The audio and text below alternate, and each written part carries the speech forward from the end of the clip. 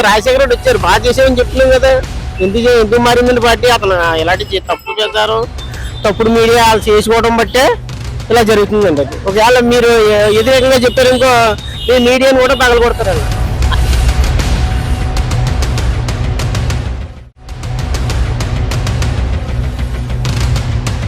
చూసారా, ఏదో ఒక గొప్ప నంది కడుపున పంది పుట్టిందని అంటారు చూసారండి. వరహాలరావు గారు ఇక్కడ పిఠాపురం నియోజకవర్గంలో పవన్ కళ్యాణ్ గారు ఎమ్మెల్యేగా పోటీ చేస్తున్నారు. వంగ గీత గారు వైసీపీ నుంచి ఎమ్మెల్యే అభ్యర్థిగా పోటీ చేస్తున్నారు. అంటే ఇక్కడ ప్రజలు ఏమనుకుంటున్నారు, మీ మద్దతు ఎటు ఉంటుంది? ప్రజలు అందరూ జనసేన ఓటేద్దాం అనుకుంటున్నారండి. అంటే ఎందుకు జనసేన? జనసేన చేశారు, అందరికీ చాలా మందికి చేశారు. అంటే పవన్ కళ్యాణ్ గారు లేని వాళ్ళు అందరికీ సాయం చేశారు చాలా మంది. అంటే అధికారం ఏం లేదు కదా, వాళ్ళు ఎలా సాయం చేశారు? అధికారం లేకుండా సొంత డబ్బులతో సాయం చేశారు. అంటే వంగ గీత గారు మరి అధికార పార్టీలో ఉన్నారు కదా, ఆవిడ ఏం చేయలేదంట. అప్పుడు ఆవిడ ప్రజారాజ్యంలో పార్టీ చేశారు కాబట్టి కాపు నాయకులు అందరూ ప్రజారాజ్యం కాబట్టి వాళ్ళకి ఓటేశారు. ఇప్పుడు కూడా కాపు నాయకులు అందరూ ప్రజారాజ్యం వేస్తారు, మిగతా వాళ్ళకి అందరూ జనసేన ఎక్కేస్తారు. అంటే ఇక్కడ రాబోయే ఎన్నికల్లో ఎంపీ అభ్యర్థి కింద ఉదయ్ శ్రీనివాస్ గారు పోటీ చేస్తున్నారు కాకినాడ నుంచి. చలమలశెట్టి సునీల్ గారు వైసీపీ నుంచి పోటీ చేస్తున్నారు. గతంలో అక్కడ ఉన్న దూరంపూడి చంద్రశేఖర్ రెడ్డి గారు ఏ పరిపాలన ఎలా ఉంది, ఇప్పుడు ఎవరు ఓటేస్తారు అనుకుంటున్నారు? సునీల్ రావచ్చు ఎంపీగా సునీల్ గారికి వెళ్ళవచ్చు అనుకుంటున్నారు. అంటే ఉదయ్ శ్రీనివాస్ గారు స్థానికుడు, టీ టైం ఉదయ్ శ్రీనివాస్ గారు కొత్తగా వచ్చారు కాబట్టి ఆయన సంగతి. ఇప్పుడు మీరు పవన్ కళ్యాణ్ గారికి సపోర్ట్ చేయడానికి పిఠాపురం వచ్చారా, లేకపోతే మీ సమస్యలు చెప్పుకోవడానికి పవన్ కళ్యాణ్ గారికి తెలియజేయడానికి మీరు పిఠాపురం వచ్చారా? మా సమస్యలు తెలియచేసి మా బాధలను ఆయనకు విన్నవించుకుందామని, దానికి ప్రత్యేకంగా మేము కూడా ఈ పార్టీలో ఒక మెంబర్షిప్ కోసమని మా టెప్పర్ యూనియన్ తరఫున మేము ఇక్కడికి రావాల్సి వచ్చిందండి.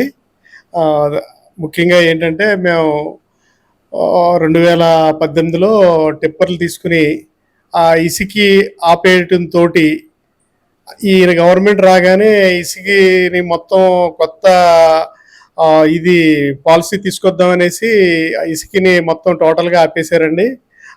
ఆపేయటంతో చాలామంది ప్రాణాలు తీసుకున్నారు, కొంతమంది బ్రతుకు తెరువు లేక. టిప్పర్ ఓనర్స్గా IMIలు కట్టలేక ఎన్నో ఇబ్బందులు పడి ఈ బళ్ళని తీసుకెళ్ళి ఈ తెలంగాణ కూడా వెళ్ళి తెలంగాణ అంతా తిరిగి వచ్చామండి. అక్కడ కూడా మాకు సరైన ఉపాధి లేక దూరం వెళ్ళడంతో డ్రైవర్లు చాలా ఇబ్బందులు పెట్టడంతో మళ్ళీ తిరిగి వచ్చాం. IMIలు కట్టలేక ఎన్నో ఇబ్బందులు పడి మళ్ళీ 2019 దాటిన తర్వాత 2020లో కొత్త పాలసీ తీసుకొచ్చారండి. కొత్త పాలసీ తీసుకొచ్చి జనవరిలో కొత్త పాలసీ డోర్ డెలివరీ అని పెట్టారండి.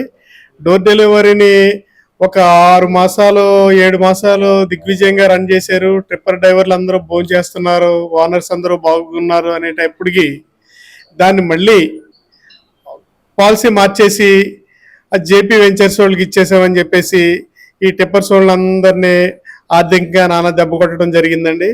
అలాగే అందరూ కూడా చాలామంది ప్రాణాలు తీసుకున్నారు, EMIలు కట్టలేక ఆస్తులు పోగొట్టుకుని. స్టేట్ అంతా కూడా నానా ఇబ్బందులు పడ్డారండి ఈ గవర్నమెంట్ తోటి. ఈ ప్రభుత్వం, ఈ CM గారు పిచ్చితనపు శ్రేష్టలతోటి ప్రజలందరూ కూడా బాధల పడులో గురైపోయారండి. ఈ లోపల ఈ కొత్తగా లిక్కర్ పాలసీ తీసుకొచ్చండి, జనాల దగ్గర డబ్బు లేకుండా చేశారండి. ఈ లిక్కర్ అమ్మిన డబ్బంతా CM గారు ఖజానా, సొంత ఖజానాకి వెళ్ళిపోతుందండి. అక్కడి నుంచి ఈ డబ్బు ప్రజల్లో మసలటం మానేసి ఎటు కాకుండా నిత్యావసర ధరలు పెరిగిపోయి ఆదాయాలు లేక నానా ఇబ్బందులు పడి అసలు ఇంకా ఎటు పాలుపోని స్థితిలో ఉన్న ఆస్తులన్నీ పోగొట్టుకుని నానా ఇబ్బందులు పడ్డామని సార్. ఇప్పటికి దాని నుంచి బయటపడాలంటే ఏ మార్గం దొరక్క ఎన్నో ఇబ్బందులకి ఇంకా అది చెప్పలేని అలవిగా ఉందండి. అది రూపాయి అమ్మవలసింది ₹2 అమ్మడం, ₹100 అమ్మవలసిన మద్యాన్ని 200 అమ్మేసి ఆ డబ్బునంతా కూడా ఇప్పుడు రేపు పొద్దున ఈ ఎలక్షన్స్కి విపరీతంగా మరి ఓటికి 5,000 10,000 చొప్పున కొనేస్తామనేసి విపరీతమైనటువంటి ప్రాపకాండ చేసుకుని జనాల్లో బాగా ఇదవుతుందండి. అది బాగా స్ప్రెడ్ అయిందండి అది. కాబట్టి ఎంత డబ్బు ఖర్చు పెట్టినా సరే ఈ జగన్మోహన్ రెడ్డికి ఓటు వేసి ఈ ఉన్న ప్రాణాలు కూడా తీసుకుని ముందుకెళ్ళడానికి ఎవరికి కూడా ధైర్యం సాలట్లేదండి. అందుకని ఈ కూటమి తరపునటువంటి బయలుదేరినటువంటి మన టీడీపీకి, జనసేన పార్టీకి, బీజేపీకి కలిపే మేమందరం చేద్దామని నిర్ణయించుకుని ఈ పవన్ కళ్యాణ్ గారి దగ్గరికి కలుద్దామనేసి వారి ఆ, వారి సమయం కోసం వెయిట్ చూస్తున్నాం సార్. అదండి జరిగిన విషయం అండి అది. అదండి sir. Okay, thank you sir. ఇప్పుడు మీరు చెప్తున్నారు కదా ఇలా జగన్మోహన్ రెడ్డి గారి హయాంలో మాకు అవినీతి జరిగిందని చెప్పి.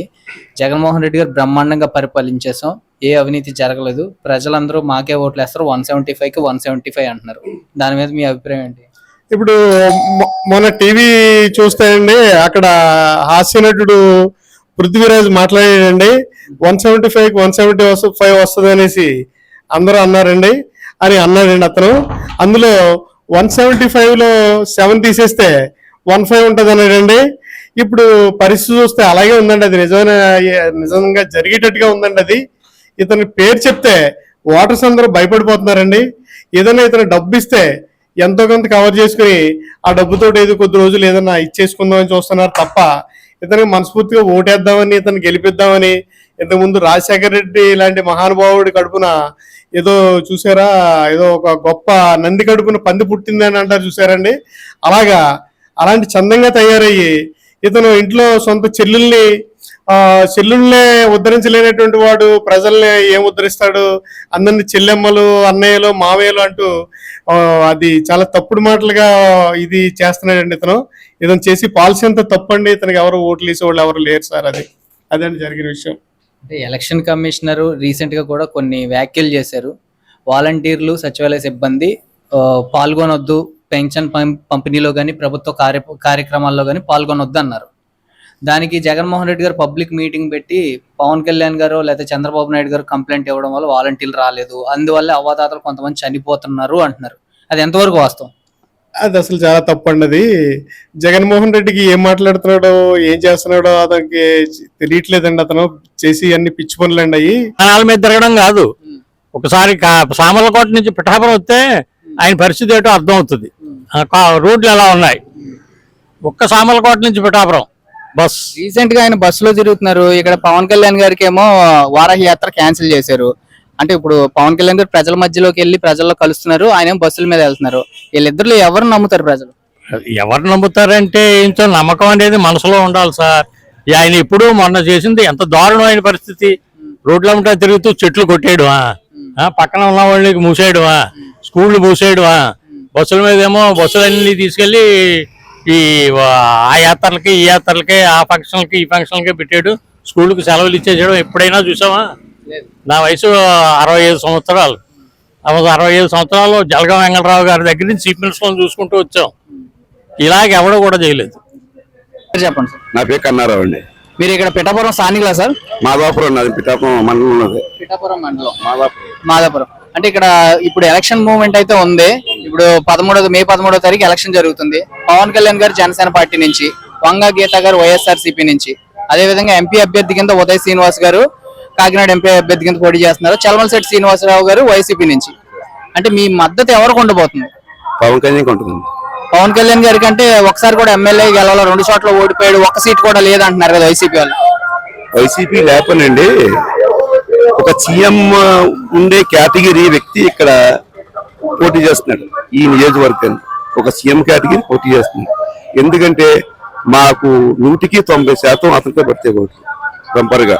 మేము 50,000 వస్తాం, 40,000 వస్తాం. గెలడం మాత్రం గ్యారంటీ. ఎందుకంటే మా పిఠాపురం నియోజకవర్గం కొద్దిగా అభివృద్ధి చెందుతుందని ఒక ఆశతో ఇదిగా ఉంది. గతంలో మరి వైసీపీ పాలించింది కదా ఇప్పుడు ఈ 5 సంవత్సరాలు, మరి మీరు అప్పుడేమో అభివృద్ధి చెందలేదంటారు? అభివృద్ధి ఏం చెందలేదండి. ఇక్కడ ఎప్పుడు కూడా పిఠాపురం అనేది వెనుకబడే ఉంది. ఈ రోజు కూడా వెనుకబడే ఉంది సార్. ఎందుకంటే వంగా గీత గారు ఎంపీ అయ్యారు. ఎప్పుడు వచ్చారు ఆవిడ ఇక్కడికి? ఏం రాదు. అంటే వంగా గీత గారు ఫస్ట్ లో జిల్లా పరిషత్ చేశారు. అంటే ఆ ఏమంలో అలా తెలుగుదేశం చంద్రబాబు నాయుడు చూసే ఆవిడ వచ్చింది. ప్రజారాజ్యంలో చిరంజీవి మొక్కను చూసి ఆవిడ వచ్చింది. తర్వాత మన జగన్ గారు చూసే ఆవిడ వచ్చింది. అంతే తప్ప ఆవిడ ఇది మీద ఆవిడ ఏం రాలేదు.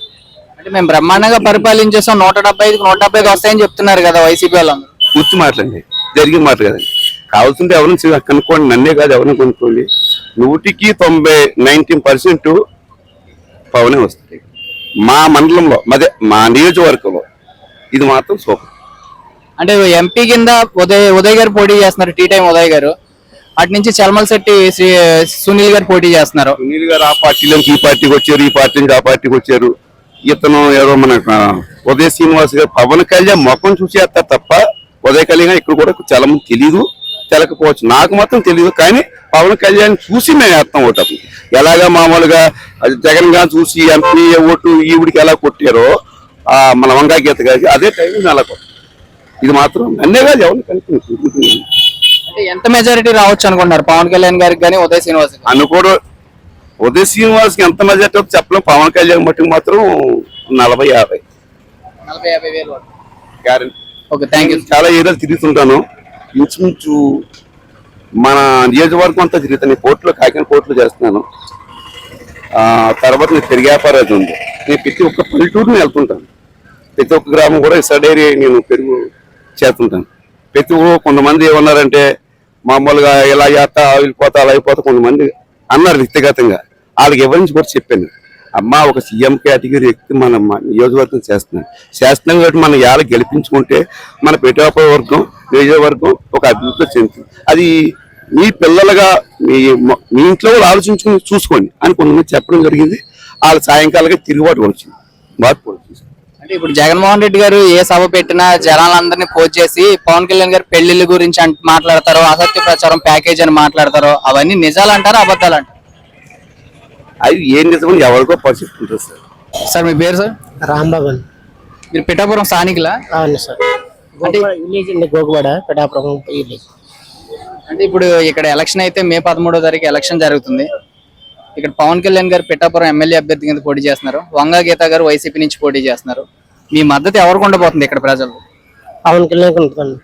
అంటే ఎందుకనండి 2 చోట్ల పోటీ చేసి ఓడిపోయాడు, ఒక ఎమ్మెల్యే కూడా లేడు, ఆ పార్టీని ఏమో తీసుకెళ్లి చంద్రబాబు నాయుడు గారి దగ్గర పెట్టారు అని ఆరోపణలు అయితే వైసీపీ చేస్తుంది. మరి మీరు పవన్ కళ్యాణ్ గెలుస్తారని ఎలా చెప్తున్నారు? లేదండి, అదంతా తప్పు ప్రసారం ఉన్నది. భీమవరం వాడిపోయారు అంటే అది గెలిచాడండి, గెలిచిందే వాడగొట్టారు వాళ్ళు. అది విధంగా పిఠాపురం గెలిపించి భీమవరానికి ఏంటో చూపించాం. ఇప్పుడు వాళ్ళు ఎందుకు వాడగొట్టారు అన్నదే ఇప్పుడు తెలిసి అర్థమవుతుంది. కంపల్సరీ గెలిచాడండి భీమవరం అయితేనే 10,000 ఓట్ల మెజార్టీతో గెలిచాడండి. లేని ఓటింగ్ సృష్టించారండి అక్కడ. అంటే మీరు ఇక్కడ వైసీపీ నుంచి చూసుకుంటే చలమలశెట్టి సునీల్ గారు ఎంపీ అభ్యర్థి కింద, కాకినాడ ఎంపీ అభ్యర్థి కింద మీ ఎంపీ అభ్యర్థి పోటీ చేస్తున్నారు.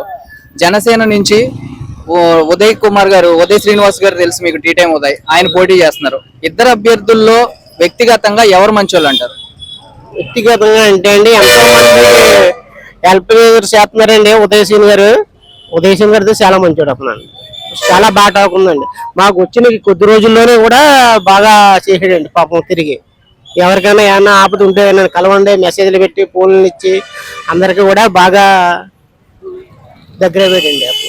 సలహం చూని అన్న కూడా ఇప్పుడు రాలేదండి పిఠాపురం. అసలు పార్టీ ఏ పార్టీ ఓడిపోయేది ఉందో అదే పార్టీకి వెళ్తాడండి అతను.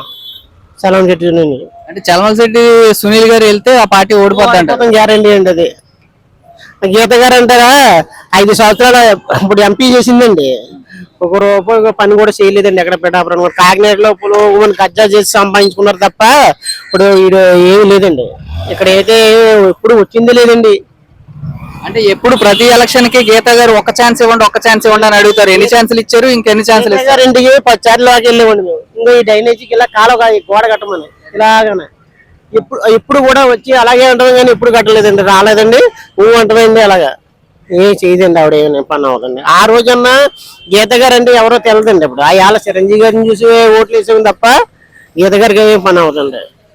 అంటే గతంలో చూసుకుంటే వైఎస్ఆర్సీపీ ఈ 5 సంవత్సరాల నుంచి పరిపాలనలో అసెంబ్లీకి వెళ్ళి అసెంబ్లీ సమావేశాలు జరిగితే పవన్ కళ్యాణ్ గారు పెళ్లిళ్ళు, ప్యాకేజు అని అసత్య ఆరోపణలు లేకపోతే వ్యక్తిగత విమర్శలు ఇవి తప్ప ఇంకేమన్నా ప్రజా సమస్యలు మాట్లాడడం ఎప్పుడైనా చూసారా మీరు అసెంబ్లీలో?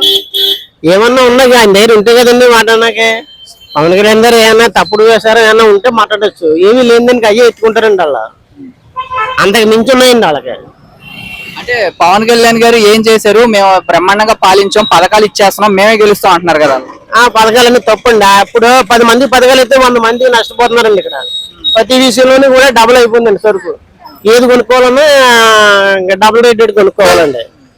10 మందికి అంతే, మిగతా 90 మందికి కూడా లేదండి, నష్టపోతున్నారు. 90 మంది వ్యతిరేకం వస్తుంది కదండి మరి. అదండి, ఏం లేదండి. ఓకే, అన్ని కూడా చెప్తామండి. ఏదైతే మంది పార్టీ రాజశేఖర రెడ్డి వచ్చారు, బాగా చేసామని చెప్తున్నాం కదా. ఎందుకు మారిందండి పార్టీ? అతను ఇలాంటి తప్పుడు ప్రచారం, తప్పుడు మీడియా వాళ్ళు చేసుకోవడం బట్టే ఇలా జరుగుతుందండి. అది ఒకవేళ మీరు వ్యతిరేకంగా చెప్పారు ఇంకో, మీ మీడియాని కూడా పగలగొడతారు వాళ్ళు.